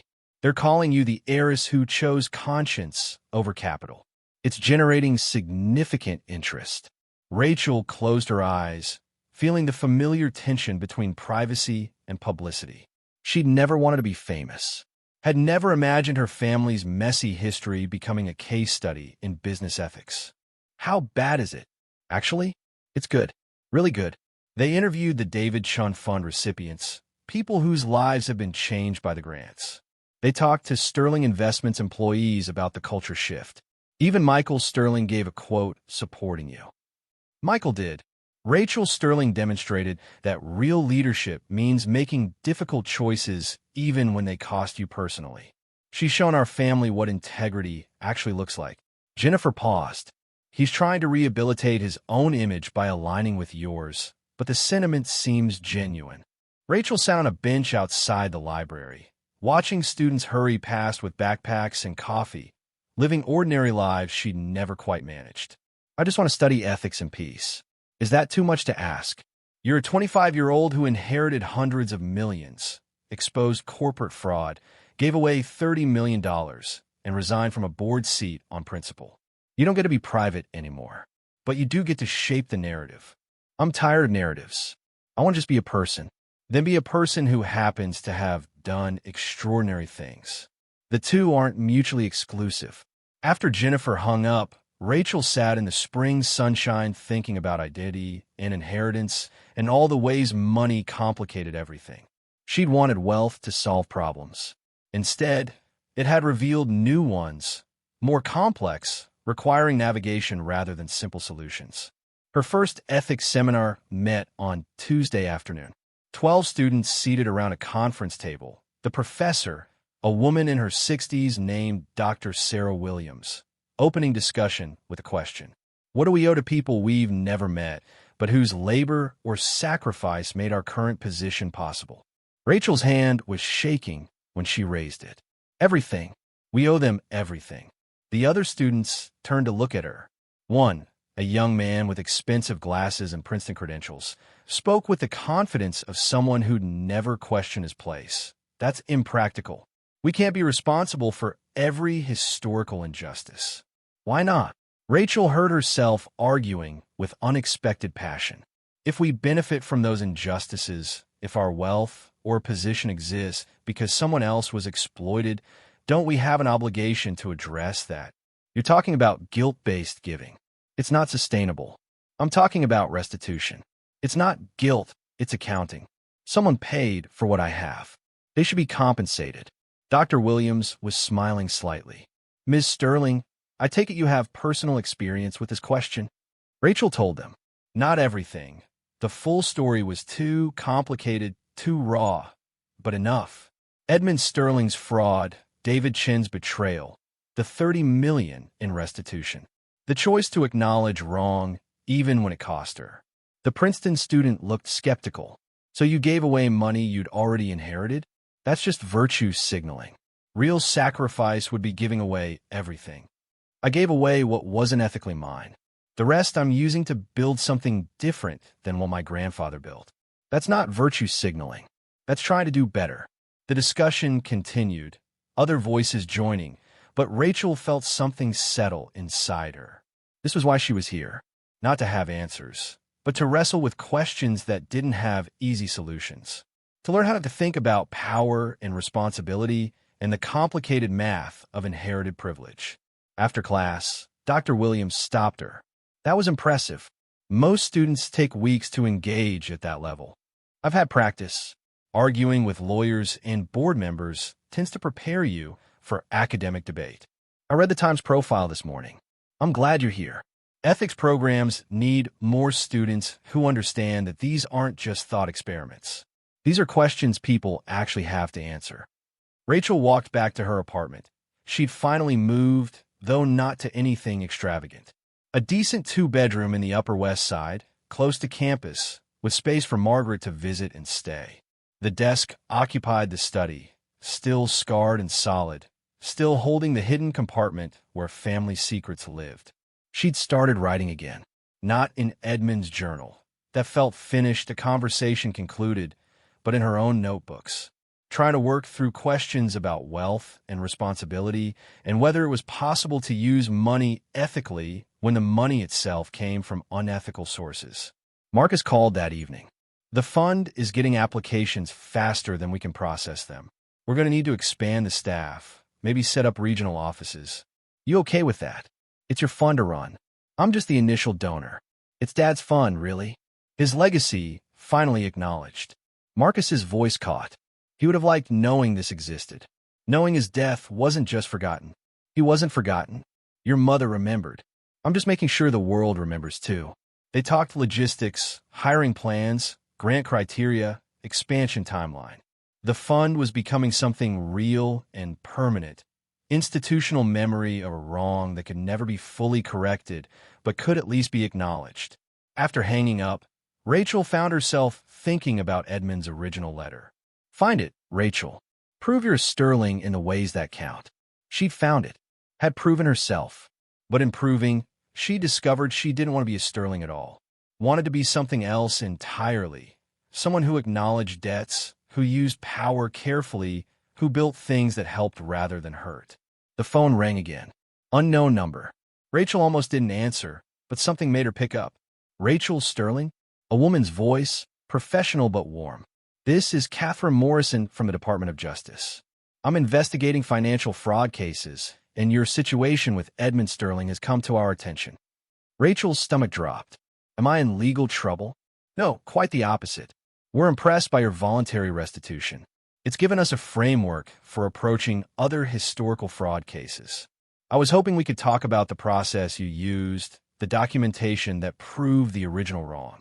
It might help us pursue other cases where wealthy families have built fortunes on fraud. They talked for an hour. Catherine explained that the Department of Justice was building a task force focused on historical financial fraud, cases where legal statutes had expired but moral obligations remained. Rachel's public restitution had sparked internal discussions about how to encourage similar voluntary corrections. What you did was extraordinary, Catherine said. Most people in your position would have buried the evidence, protected the inheritance. You chose differently. That matters. After the call, Rachel sat at the desk, running her hands over wood that had witnessed 3 generations of Sterling choices. Edmund had used this desk to build an empire through calculation and ruthlessness. His father had used it to survive the Depression. Now Rachel was using it to study ethics and write about responsibility. The desk hadn't changed. The person sitting at it had. Margaret arrived for dinner, carrying groceries and news. Marcus's fund got written up in the nonprofit journal. They're calling it a model for restitution-based philanthropy.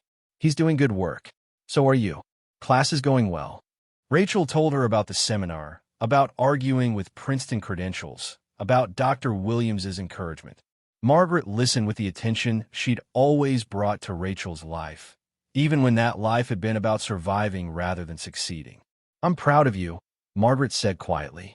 Not for the money or the degrees or any of that. I'm proud because you could have become Edmund, ruthless, isolated, using power without conscience. Instead, you're becoming someone better. I'm trying to be someone who doesn't have to choose between success and integrity. That's harder than it sounds. Most people eventually compromise one or the other. They cooked together, filling the apartment with familiar smells and comfortable conversation. This was wealth too, Rachel realized. Not the millions in accounts or the board seats or the public recognition. Just her grandmother in her kitchen, making dumplings the way she'd made them in the tiny Queen's apartment where Rachel had grown up. Some things money couldn't buy, and some things money had nearly destroyed. Family, connection, the ability to sit together without wealth creating distance between you. Rachel's phone buzzed with a message from Michael Sterling. Coffee sometime? I'd like to talk about the fund, maybe contribute. She stared at it, surprised. Michael had fought her hardest during the board battles, had called her incompetent, manipulative, unworthy. Now he wanted to contribute to the restitution fund? She typed back, Thursday, 2 p.m., think coffee near Columbia. His response was immediate. I'll be there. Thursday arrived with rain that turned the city gray and introspective. Rachel arrived early, claiming a corner table and ordering tea while she reviewed notes for her afternoon class. Michael appeared precisely at 2, wet from the walk, looking less polished than she'd seen him. More human. Thank you for meeting me. He ordered coffee, settled across from her with visible discomfort. I've been thinking about what you did. The restitution, the fund, giving up your board seat. It's been keeping me awake. Why? Because I've spent my entire life being Edmund Sterling's grandson. That meant something in our family. Ruthlessness was virtue. Profit was purpose. Sentiment was weakness. Then you showed up and demonstrated that those values were actually failures. That Edmund died alone and bitter because he prioritized money over people. Michael's hands were shaking slightly around his coffee cup. I don't want to die like that. I'm 55 years old, divorced twice, estranged from my kids, with nothing but money and regret. You're 25, and you've already built more meaningful relationships than I have in 5 decades. I'm not sure what you want me to say. I want to know how you did it, how you had all that money, all that power, and chose to give it away. I can't imagine making that choice. It goes against everything I was taught. Rachel thought about her answer carefully. I gave it away because keeping it would have meant accepting that my life was built on someone else's suffering. I couldn't live with that. Maybe that's because I grew up poor. I know what it feels like to be the person who gets cheated, who believes promises from powerful people and discovers too late they were lies. So it's empathy. It's understanding that money is just a tool. It doesn't make you better or worse. It just reveals who you already are. Edmund used it to isolate himself, to prove he was smarter than everyone around him. I'm trying to use it to connect, to fix things, to build something that might outlast me. Michael was quiet for a long time. I want to contribute to the fund. Significantly. I have about $80 million in personal assets separate from the family holdings. I'd like to donate $20 million. Rachel nearly dropped her tea. That's a quarter of your wealth. It's what I should do. My father was Edmund's stepson, but he benefited from Edmund's ruthlessness just like the rest of us. I want to be part of making that right. Talk to Marcus. He runs the fund.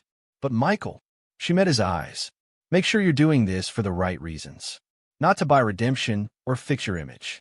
Do it because it's right, even if nobody knows or cares. That's what you did. That's what I tried to do. I'm still figuring out if I succeeded. They talked for another hour. Michael asked about her classes, her plans, what she wanted to build with the inheritance she kept. Rachel found herself being honest with him in ways she hadn't expected, sharing doubts and questions and the persistent fear that she was still just pretending to understand this world of wealth and power. You're doing better than pretending, Michael said finally. You're actually changing things. That's more than most of us ever manage. After he left, Rachel sat alone with her tea, watching rain streak the windows and thinking about inheritance. Not just money, but values and choices and all the complicated ways family shaped who you became. Edmund Sterling had left her wealth, but he'd also left her a choice about what to do with it. And in choosing to use it differently than he had, Rachel was discovering that she could inherit power without inheriting the corruption that usually came with it. She could be a Sterling and a Chun, could honor her grandfather's intelligence while rejecting his ruthlessness, could use money as a tool for building rather than a weapon for destroying. It wasn't easy. Every day brought new questions, new ethical dilemmas, new situations where the right answer wasn't obvious. But she was learning through classes and practice and the hard work of trying to be better than the easy defaults. The desk had given her everything: wealth, power, connection to family history. Now she was using those gifts to create something Edmund had never managed, a legacy built on more than just money. She pulled out her notebook and started writing, trying to articulate thoughts about responsibility and inheritance and the weight of choosing to do right when wrong would be so much easier. The hardest part isn't having wealth, she wrote. It's carrying the knowledge of where it came from. Every dollar in my account is connected to someone who worked for it, someone who was cheated out of it, someone whose labor made it possible. I can't forget that. If I forget, I become Edmund, isolated by money, convinced that profit justifies anything. So I remember, I study ethics to understand how to think about these questions. I fund restitution to acknowledge debts I didn't personally create but still benefit from. I try to build something better. Maybe that's all anyone can do. Inherit what we're given and choose to use it more wisely than those who came before. Maybe that's enough. Outside, the rain continued, washing the city clean. Rachel finished her tea, packed her notebooks, and headed to class. She had a seminar on distributive justice, a paper due on moral obligations across generations, and a life that was still being written. The desk had held Edmund's secrets. Now it held Rachel's promise to use what he'd given her to create something he'd never managed. Wealth that served more than itself. Power that didn't require crushing others. Family built on more than just names and money. She was Rachel Chun Sterling, granddaughter of a fraud, inheritor of a fortune, student of ethics, builder of something new. And every day, she chose to be better than the easy defaults. Every day, she chose to do right. That was Edmund's real legacy. Not the money he'd left, but the choice he'd given her about what to do with it. Rachel was making that choice one day at a time. And in choosing, she was becoming exactly who she needed to be. 5 years later, Rachel Sterling stood in the same Columbia Library where her graduate journey had begun, but this time as Dr. Rachel Sterling, her dissertation on intergenerational wealth and moral responsibility freshly defended. Margaret sat in the front row, now 83 but sharp as ever, dabbing tears she claimed were from allergies. Marcus beside her, grinning with the pride of an uncle who'd gone from stranger to family. And in the back, surprisingly, sat Michael Sterling, who'd become something close to a friend through years of quiet collaboration. The David Ch. Memorial Fund had grown beyond anything Rachel had imagined. $20 million from Michael. Another 15 from smaller donors who'd been inspired by the story. The fund now operated in 12 cities, had helped over 3,000 fraud victims, and had sparked a national conversation about corporate restitution. Sterling Investments had been sold 2 years ago to an ethical investment firm. The Sterling name remained, but the culture had transformed completely. Michael still served on the board, implementing policies Rachel had once only dreamed of. Full transparency, stakeholder accountability, profits balanced with principles. Patricia and James had faded from public life, their wealth intact but their influence diminished. They'd sent stiff congratulations cards when Rachel's dissertation was published. Small gestures that felt like white flags after years of Cold War. After the ceremony, they gathered at a restaurant Margaret had chosen. Not expensive, just good. Real food, real conversation, the kind of celebration that didn't require proving anything to anyone. So what's next? Marcus asked. Professor Sterling has a nice ring to it. Rachel smiled. Actually, I've been offered something else. A position with the Department of Justice, working on Catherine Morrison's historical fraud task force. They want to replicate what we did with the Chan Fund, create frameworks for voluntary corporate restitution. You be giving up academia? Not entirely. I'd teach part-time, consult on cases, maybe write about what we're learning. It's a chance to scale the work beyond one fund, one family story. Michael raised his glass. To Rachel Sterling, who took a grandfather's guilty conscience and turned it into a movement. To David Chun, Rachel corrected, whose treatment sparked all of this. And to Edmund, who was just barely decent enough to try making things right, even if he did it the coward's way. They drank to complicated legacies and second chances. Later, alone in her apartment, still modest despite her wealth, still containing the desk that had started everything, Rachel opened the hidden compartment one final time. Edmund's journal, her own writings, letters from people the fund had helped, all preserved like archaeological layers of family transformation. She added one final entry. Grandfather, I defended my dissertation today. Inheritance as obligation. Moral Frameworks for Addressing Historical Wealth Extraction. It's dedicated to you and to David Chun both, the man who built wealth through fraud and the man who was destroyed by it. The DOJ position starts next month. We're developing legal frameworks to encourage corporations to address historical wrongs voluntarily, before victims have to fight for justice. Our case, is the model. Funny how your attempt to buy my silence with a hidden fortune became the catalyst for exactly the kind of accountability you spent your life avoiding. I think about you often, about what you could have been if you'd had the courage to choose integrity over profit while you were still alive, about the relationships you sacrificed for money that couldn't fill the emptiness. I'm using your gift differently. The wealth has opened doors, yes, but more importantly, it's given me the freedom to do work that matters without worrying about survival. That's privilege, real privilege, and I'm trying to be worthy of it. Margaret is teaching Emma, Marcus's daughter, your great-great-niece, about the family history. The real history, not the sanitized version. She deserves to know where she comes from, the good and the terrible both. Michael contributed another $10 million to the fund last month. Said he's trying to earn redemption he knows he can't buy. I told him redemption isn't transactional, but the work matters anyway. I still have most of the inheritance you left me. I live simply, invest ethically, give strategically. The money grows despite my best efforts to give it away. Maybe that's your final lesson. That wealth reproduces itself unless you actively fight its accumulation. I'm fighting, not against wealth itself, but against the isolation and corruption it breeds, using resources to build connection instead of walls. You gave me a weapon and a test.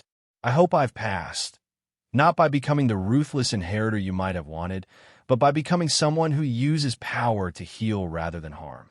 Thank you for the desk, for the challenge, for seeing me when others didn't. I forgive you for the rest. Your granddaughter, Rachel.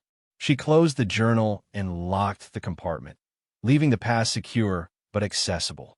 Tomorrow she'd start packing for Washington, for new work, for the next chapter of turning inheritance into obligation. But tonight, she sat at Edmund Sterling's desk, her desk now, and felt the weight of 5 generations. The craftsman who'd built it in 1891. Edmund's father who'd survived the Depression. Edmund who'd built an empire. Rachel who'd transformed it. And someday, someone else who'd inherit not just money, but the responsibility to do better than those who came before. The desk would endure. The money would remain. But what mattered, what had always mattered, was the choice each generation made about how to use what they'd been given. Rachel Sterling chose connection over isolation, chose integrity over profit, chose to be worthy of the gift, not by hoarding it, but by using it to build a world where fewer David Chins would be cheated, fewer families would be destroyed, fewer inheritors would have to choose between wealth and conscience. She turned off the desk lamp and stood, looking out at the New York skyline one last time before everything changed again. Somewhere in that city, other people were finding hidden keys, discovering family secrets, wrestling with inheritance and all its complications. Rachel hoped they'd choose better than Edmund had. She hoped they'd choose the way she had. But most of all, she hoped they'd understand that inheritance wasn't just about what you received. It was about what you chose to do with it. And that choice, that daily, difficult, necessary choice, was the only legacy that truly mattered. Thank you so much for watching until the end. If you love this story, check out the other videos on your screen now. I think you'll really enjoy them. And don't forget to subscribe if you haven't already. See you in the next story.